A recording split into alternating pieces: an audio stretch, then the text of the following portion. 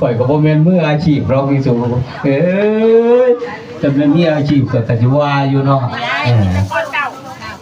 ข่อยกันล่างงานโลกกันว่าดอกแต่บ่เคยว่าสิว่าจะเกี่ยวกับเรื่องการเก็บเลี้ยงทำเลยหลังตกเราเห็นบ่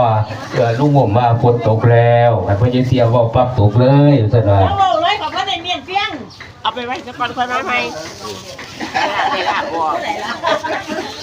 ละเขาใจอุ่นเพื่อ